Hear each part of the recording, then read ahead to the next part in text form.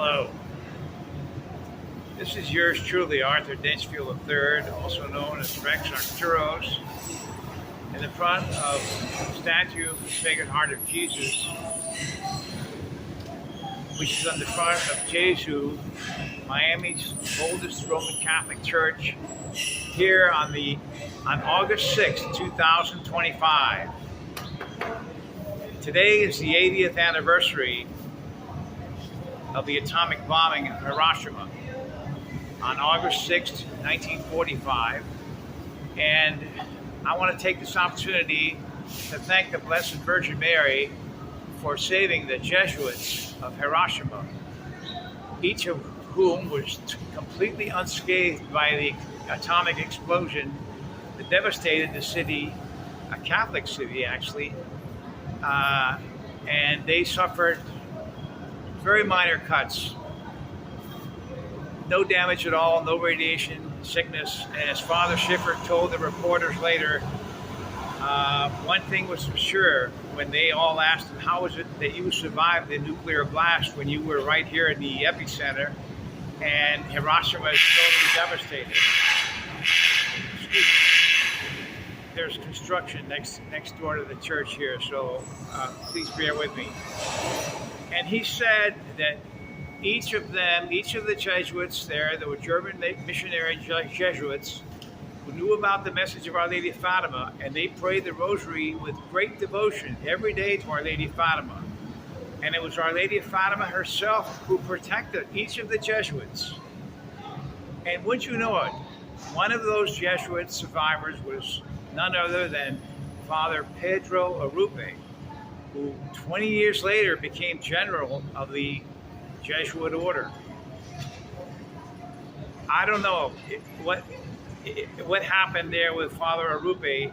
Maybe the blast did something to him, but Father Pedro Arrupe, as the general of the Jesuit order, was a very prominent progressivist who advocated all the radical changes of Vatican Council II, and spearheaded a tremendous crisis in the Catholic Church that has taken place ever since.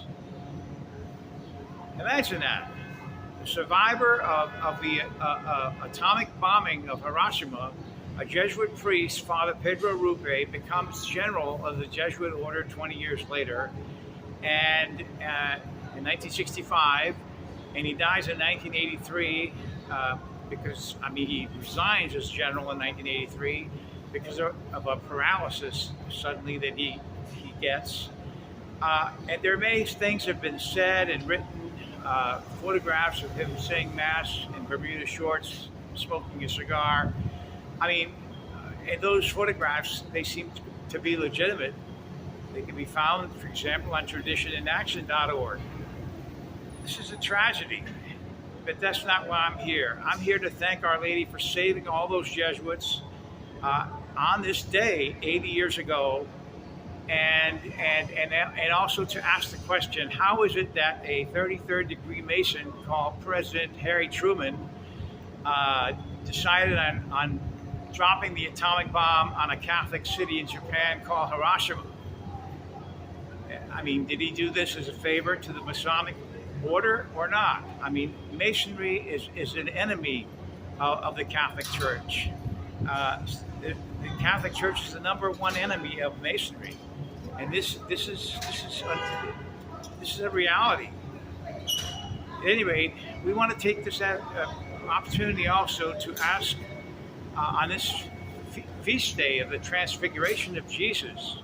This is when Jesus, he appeared in all his divine glory to Saints Peter and John and James the Greater on Mount Tabor. And this is how he was born.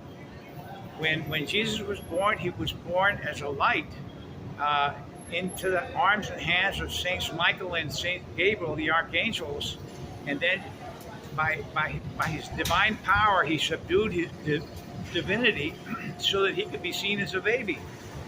And so throughout his entire life, it was a constant miracle of his diminishing his divinity so that everyone else could see him as one of us, the God-man.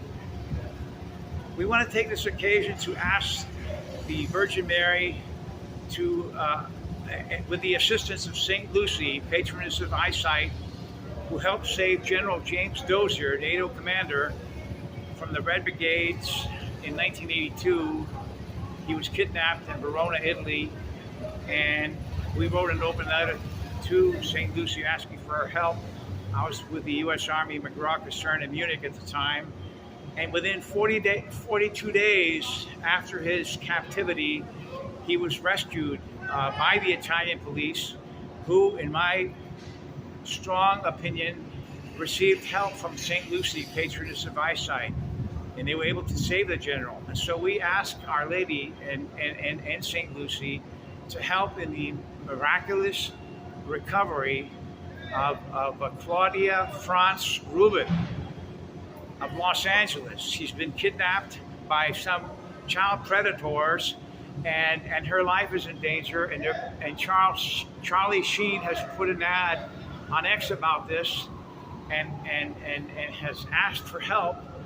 And I've tried to spread the word about Claudia France Rubin.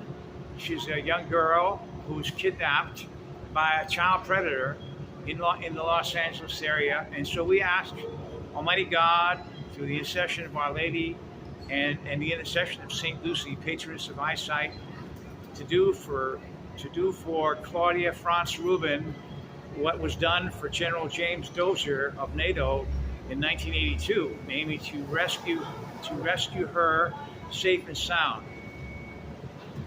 We thank God. We thank God for all the blessings that we've received, and we find it very interesting that St. Maximilian Kolbe, when he was in Japan in the 1930s, he built his monastery in Nagasaki.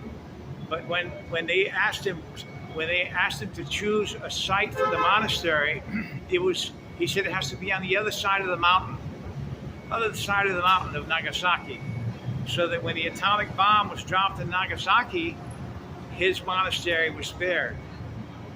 Again, the two Catholic cities of Japan destroyed by U.S. atomic bombs, ordered by a president who's a 33rd degree Mason, has to make you scratch your head and wonder. I mean, is Freemasonry guilty of this? That's for history to decide. At any rate, we thank God for this wonderful feast day of the Transfiguration, in which Jesus appeared in all his glory and all his divinity to Saints Peter and John the Evangelist and Saint James the Greater on Mount Tabor. And we thank Our Lady for saving the Jesuits, Our Lady of Fatima for saving the Jesuits 80 years ago today, 1945, when the atomic bomb exploded in Hiroshima. An horrible evil. It should never have happened. Shame on the United States for doing such a thing. That has created a tremendous chain of galactic interference, all kinds of strange phenomenon, visitations from other places, which is all being kept under wraps. The men in black go around telling you to be quiet, don't talk about what you saw. If you saw a UFO, don't say anything. If you do, your family's going to suffer. And it's ridiculous. All of this happened after the atomic bomb explosions of 1945. That's when all the UFOs and the UAPs and all these things started to happen. Finally, I wanted to say, for those of you who are wondering about what happened to Adolf Hitler, he did not die in Berlin in 1945, but he escaped to Argentina in a Nazi submarine. And ironically enough, it was an Israeli film team that went to Argentina to check on the story, and they found, this Israeli film team found the waiters and the waitresses and restaurateurs and other people who had seen Hitler in their restaurants in the 50s and 60s. And he died supposedly in 1965 in Argentina. So, but we're not supposed to know about this. My final shot here, maybe, with all due respect, is that those of you who think that the Third Reich died with Hitler are sorely mistaken. The Third Reich survives in the Fourth Reich. I call the European Union the Fourth Reich. And the NATO emblem of the cross is just is a cross, but you know, the swastika was a cross too. But the NATO symbol is not a symbol of Christianity, really. It's something different. And so perhaps Putin is right when he accuses NATO of being a Nazi. When you think about it, it's ironic how history works out. But coming to the conclusion here again, we thank God and we thank Our Lady for saving those Jesuits, and we also pray for the soul of Father Pedro Arrupe, who could have done so much for the Jesuit order as a general, but instead chose to be a progressivist spokesman, greatly denounced by my mentor Plinio Correa de Rivera and a number of other Catholics.